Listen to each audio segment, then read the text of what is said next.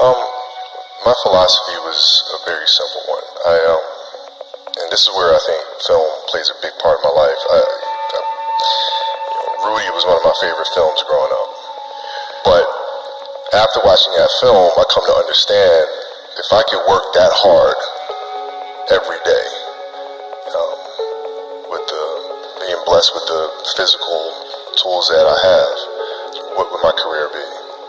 And I made a promise to myself from that day that I was going to work that hard every single day so that when I do retire, I have no regrets. And that was the most important thing for me, is to leave no stone unturned, get better every single day. And if I lived that way, then over time, I'd have something that was beautiful. But that was my philosophy. It seems like a pretty simple one, but if you live your life to just get better every single day, you do that for 20 years, what do you have? Yeah, well, Phil introduced meditation to us when he came to our team in 99, 2000.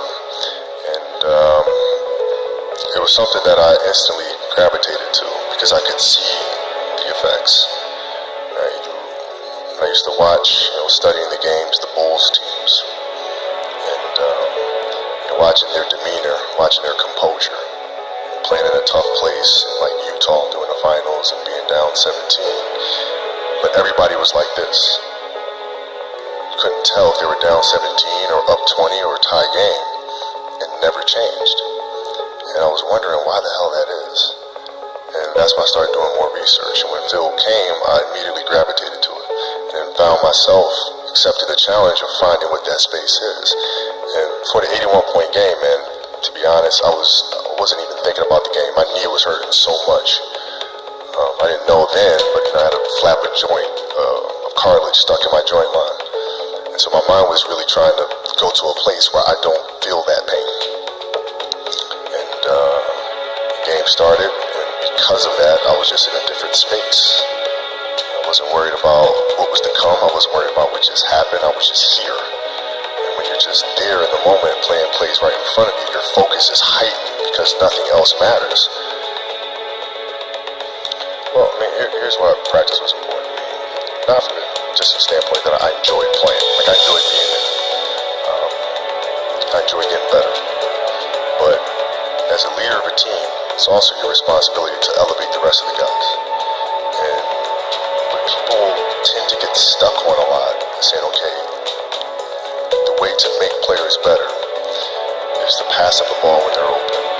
It's a very trivial way to look at things. What you have to do is you have to get them emotionally to want to be better. You have to get them to an emotional space where they wake up every morning driven to be the best version of themselves. Right? And how do you do that? And in practice for me it was a chance to drive them, to challenge them. Right? And this is where you have to know your teammates. Because if it's late, we just had a back-to-back and we had practice the next day and you show up, guys don't feel like going through the motions, don't feel like practicing. It's important to know each and every one of them individually, personally, because then you know what nerve to touch. Some guys, it's like, okay, come on, we can do this. That'll get them going. Other guys, no. You got to figure out what button to push. Powell was always Spain. If I tell them how they lost in a gold medal to us and how they're going to lose again, how I'm going to beat your ass in practice just like I beat you in a gold medal game, he'd hate that. He'd hate that. But that's what practice was. You have to drive them. You absolutely have to. And if practice is more intense and harder than a Game 7 will be, then a Game 7 will be easy. But if it's not, then that's when teams start folding and capitulating. No, I always dreamed as a kid that, it was possible to score 80 or 90 or 100. I always just had a dream. Sometimes you lay down in bed and you visualize things.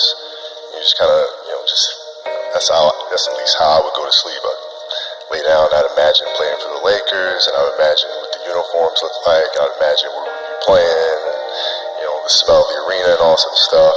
And I would see myself, getting hot, score 10 straight points. But in a dream, why would you ever interrupt that? You're not going to have a dream and be like, okay, and then he misses his next 6. It's not going to happen.